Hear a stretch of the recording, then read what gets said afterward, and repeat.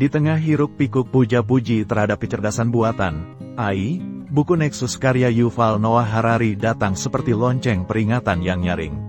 Harari, sejarawan dan pemikir publik yang dikenal luas lewat Sapiens, Homo Deus, dan 21 Lessons for the 21st Century, kali ini mengajak pembaca untuk melihat sejarah manusia sebagai sejarah jaringan informasi, sebuah narasi besar yang melampaui biologi dan teknologi, dan kini memasuki fase paling genting, saat manusia perlahan menyerahkan kendali kepada sistem yang ia ciptakan sendiri. Harari memulai Nexus dengan pertanyaan mendasar, bagaimana manusia, makhluk rapuh secara fisik, mampu mengorganisasi peradaban masif? Jawabannya bukan pada otot, tetapi pada narasi kolektif. Dalam semangat yang sejalan dengan teori Benedict Anderson tentang komunitas terbayang, Harari menunjukkan bahwa cerita, dari mitos suku hingga narasi negara dan agama, adalah fondasi dari kerja sama sosial. Kepercayaan kepada hal-hal abstrak seperti Tuhan, hukum, dan uang memungkinkan manusia membangun struktur sosial di luar lingkar keluarga dan genetik. Namun, cerita saja tidak cukup. Ketika populasi tumbuh dan kompleksitas meningkat, muncul kebutuhan akan dokumentasi tertulis. Harari menelusuri bagaimana penemuan tulisan dan dokumen menciptakan birokrasi, hukum, dan negara, alat untuk mempertahankan keteraturan dan otoritas. Dari catatan pajak di Mesopotamia hingga sistem hukum Kekaisaran Romawi, informasi tertulis menjadi tulang punggung kekuasaan. Tetapi, sejarah jaringan informasi ini bukan tanpa cacat. Harari menyoroti bahwa sistem informasi juga rentan terhadap disinformasi, dogma, dan kesesatan kolektif. Dalam hal ini, ia menggarisbawahi pentingnya sistem koreksi seperti sains, jurnalisme independen, dan demokrasi deliberatif sebagai firewall epistemik melawan error kolektif.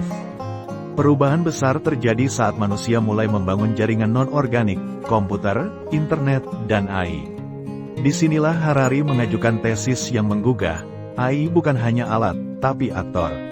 Ketika algoritma mampu memilah, menyusun, dan bahkan menciptakan informasi tanpa campur tangan manusia, maka manusia bukan lagi pusat dari ekosistem informasi. Sebagaimana dikemukakan Shoshana Zuboff dalam The Age of Surveillance Capitalism, informasi kini bukan hanya sarana komunikasi, tetapi komoditas dan alat kontrol.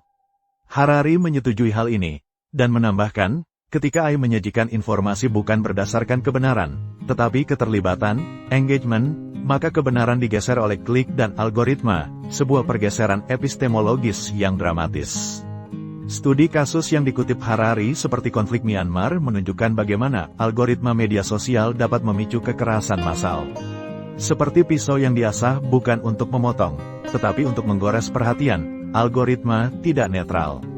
Mereka bisa bias, keliru, dan, jika tidak diawasi, berbahaya. Disinilah muncul kecemasan algoritmik, yaitu perasaan bahwa keputusan yang menyentuh hidup kita sehari-hari, dari pinjaman kredit hingga pemilu, tidak lagi diambil oleh manusia, tetapi oleh sistem yang tidak transparan dan tidak bisa dimintai pertanggungjawaban. Dalam bagian terakhir, Harari membawa pembaca ke ranah politik.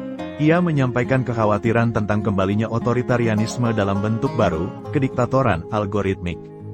Jika dulu kontrol dilakukan melalui aparat dan sensor manual, kini data biometrik, pengenalan wajah, dan pelacakan digital memungkinkan pengawasan total yang tidak tampak. Ini sejalan dengan peringatan Michel Foucault dalam Surveillance and Punishment bahwa kekuasaan modern bekerja tidak lagi lewat kekerasan terbuka, tetapi melalui pengawasan tersembunyi dan disiplin yang meresap.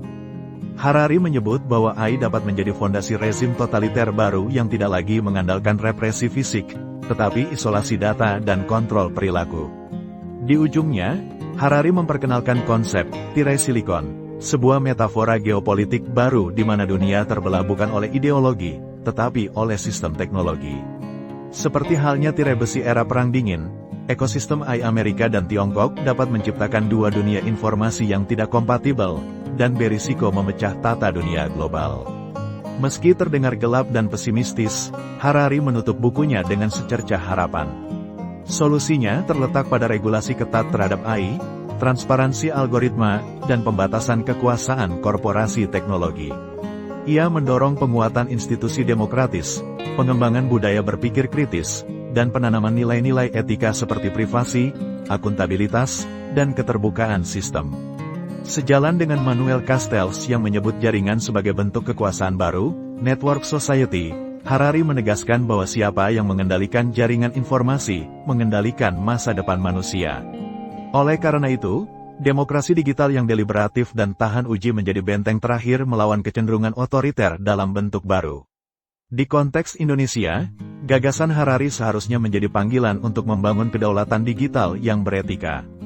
Dalam era pemilu digital, bansos digital, dan administrasi publik berbasis big data, penting untuk memastikan bahwa teknologi tidak digunakan untuk memantau dan mengendalikan, tetapi untuk memperkuat akuntabilitas dan partisipasi rakyat. Penguatan literasi digital, reformasi regulasi privasi, dan pembatasan kekuasaan platform besar seperti Meta atau Google atas data warga Indonesia adalah langkah krusial. Jangan sampai bangsa ini menyerahkan takdir informasi kepada sistem yang tidak bisa dikontrol dan tidak bisa dituntut ke pengadilan. Nexus adalah pengingat bahwa sejarah bukan sekadar tentang apa yang terjadi, tetapi tentang siapa yang mengendalikan cerita. Jika dulu mitos membentuk peradaban, kini algoritma mungkin akan membentuk ulang kemanusiaan. Dan seperti yang ditulis Harari, masa depan bukan ditentukan oleh kekuatan AI, tetapi oleh keputusan etis manusia hari ini. Apakah kita ingin tetap memegang kendali, atau menjadi penumpang dalam kendaraan tanpa kemudi?